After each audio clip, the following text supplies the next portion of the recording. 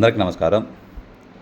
మన నియోజకవర్గ గౌరవ ఎమ్మెల్యే తాటిపత్తి చంద్రశేఖర్ గారు సరిగ్గా ఒక వారం క్రితం ఒక ప్రెస్ మీట్ పెట్టి మన రాష్ట్ర ఐటీ మరియు విద్యాశాఖ మంత్రి అయినటువంటి నారా లోకేష్ గారిని ఈయన ఒక అసమర్థ నాయకుడని, రాష్ట్ర కేబినెట్ నుంచి తొలగిపోవాలని ఒక చిల్లర స్టేట్మెంట్ ఇచ్చినటువంటి వ్యక్తి మన ఎమ్మెల్యే గారు.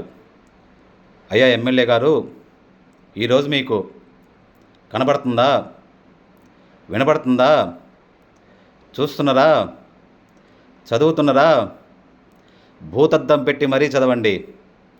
ఏదైతే one of the most company అయినటువంటి, ఈ ప్రపంచంలో one of the most company అయినటువంటి గూగుల్ని ఈ దేశానికి తీసుకొచ్చినటువంటి వ్యక్తి నరేంద్ర మోదీ గారైతే, ఆ కంపెనీని ఈ భారతదేశంలో మన రాష్ట్రానికి తీసుకొచ్చినటువంటి వ్యక్తి మా నాయకుడు, మా అన్న నారా లోకేష్.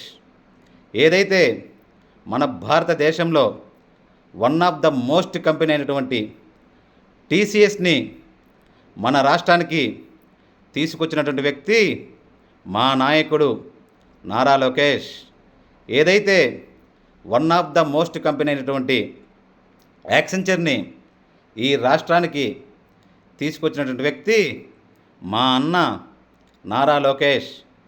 ఏదైతే one of the most company అయినటువంటి కాగ్నిజెంట్ని ఈ రాష్ట్రానికి తీసుకొచ్చినటువంటి వ్యక్తి మా అన్న నారా లోకేష్.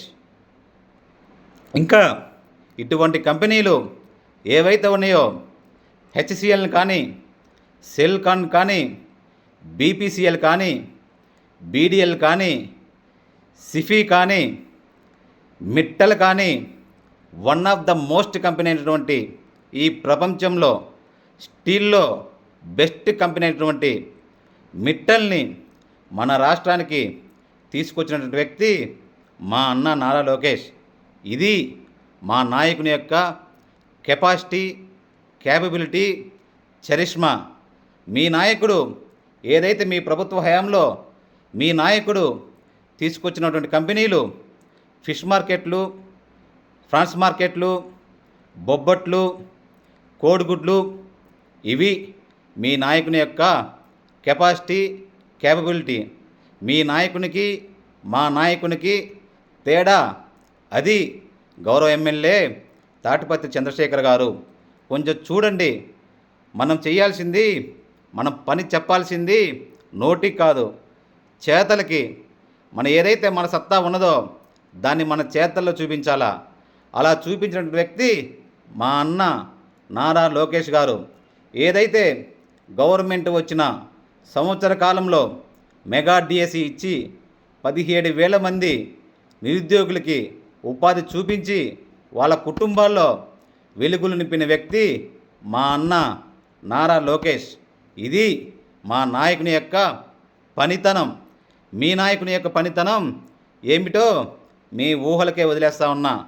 మేము ఈరోజు ఏదైతే డిజిటల్ నమ్ముకున్నాం, మీలాగా మీ నాయకునికి మొబైల్ లేదు, మీ నాయకునికి ఫోను లేదు, నెంబరు లేదు. మీరు టెక్నాలజీలో ఎంత స్పీడ్ ఉన్నారో మీరే ఊహించుకోండి. గౌరవ ఎమ్మెల్యే చంద్రశేఖర్ గారు, ఇంకొకసారి ఏదైతే మాట్లాడేటప్పుడు హైదరాబాద్లో కూర్చొని, తాడేపల్లి ప్యాలెస్లో కూర్చొని ఊరిక ప్రెస్ మీట్లు పెట్టడం కాదు, దానిలో నిజమెంతో ఆబద్ధమెంతో ఒకసారి బేరీజ్ చేసుకొని మాట్లాడితే బాగుంటుందనేది మీకు నేను ఇచ్చే చిన్న సలహా. ఇలా మీరు మాట్లాడుకుంటూ పోతే భవిష్యత్తులో మీరు నిజం మాట్లాడినా కానీ ఎవరు నమ్మే పరిస్థితి ఉండదు. గౌరవ ఎమ్మెల్యే చంద్రశేఖర్ గారు, దయచేసి చెప్తా ఉన్నా అప్పుడప్పుడన్నా మీరు నిజాలు మాట్లాడండి. మీరు నోరు తెరిస్తే అబద్ధమే.